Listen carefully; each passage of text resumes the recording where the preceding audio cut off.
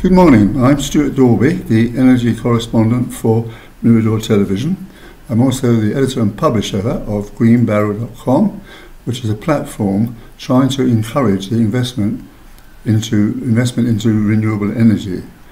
Earlier, a couple of days ago, the whole question of the gas crisis, shortage of gas crisis, we were knocked off the top of the news agenda by COVID-19 and the way that infections are spreading at such a rapid rate. Equally, well, the second item rather was that, according to a UN report, 100 and fossil fuels, oil, gas, and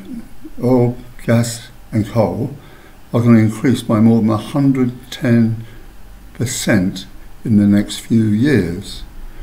This means that for England, for example, it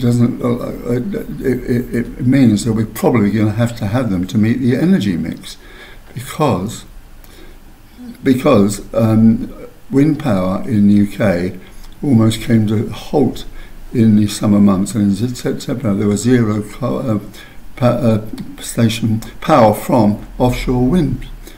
Therefore, this country can't play its part in meeting the 1.5 degree centigrade temperature which the UN has stipulated, and the Paris Summit, the Paris Summit 2015 equally stipulated.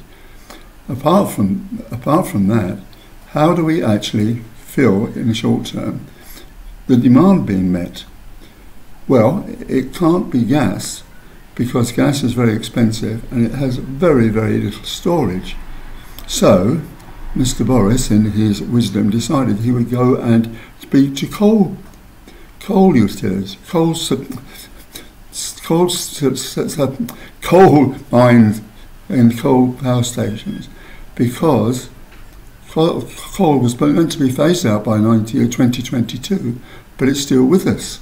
So one was Wokingham coal mines came on stream to replace the offshore gas, and Drax power station, which is in Yorkshire, one of the biggest power stations in the country, has also agreed to reopen two of its mining facilities.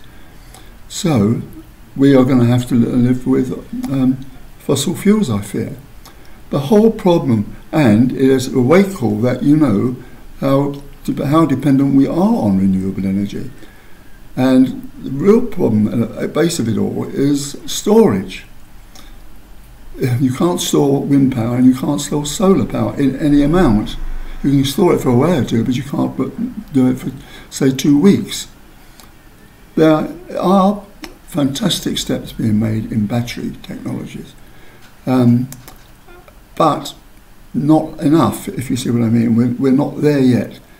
It's going to be very, very difficult, well, to meet the demand in the UK, but also to meet that demand by the EU and by the UN and the climate summit stipulation.